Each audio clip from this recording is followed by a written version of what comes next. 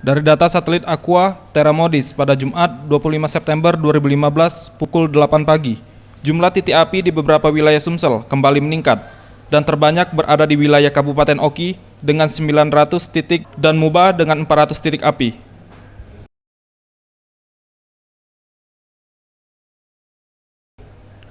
Menurut Komandan Korem 044 Gapo Palembang, Kolonel Triwinarno mengakui, jumlah titik api di wilayah Sumsel kembali meningkat dan sebabkan kota Palembang masih dilanda kabut asap tebal. Namun pihaknya bersama dengan BPBD Sumsel, Manggala Agni, Satpol PP, dan tim pemadam kebakaran, beberapa perusahaan terus melakukan upaya pemadaman. Dengan 2 fokus titik pemadaman, yaitu di Bayu Lincir, Muba, dan Kabupaten Oki, yaitu di Air Sugihan, Pampangan, Cengal, Pedamaran, dan Pangkalan Lampan. Dan upaya pemadaman melalui operasi darat dan udara sendiri terus dilakukan. Untuk pemadaman di 2 kabupaten yang banyak titik api, tim gabungan mendapatkan penambahan 8 pesawat, 5 helikopter, 2 traktor air, dan 1 kasa yang akan langsung memadamkan ke pusat titik api.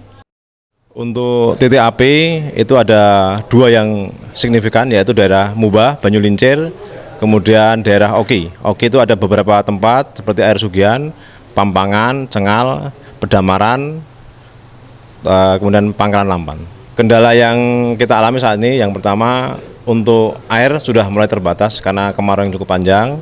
Kemudian yang kedua, luasnya lahan yang terbakar ini juga menyulitkan pasukan, khususnya pasukan darat. Sehingga pasukan darat hanya tempat-tempat tertentu yang bisa masuk, kemudian kita pakai pasukan udara atau pesawat kita waterbombing di atas.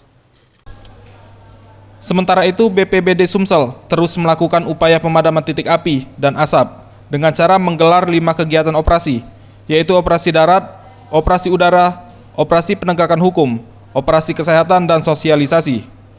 Lady Amanta, Septiawan Rizky, Sriwijaya TV.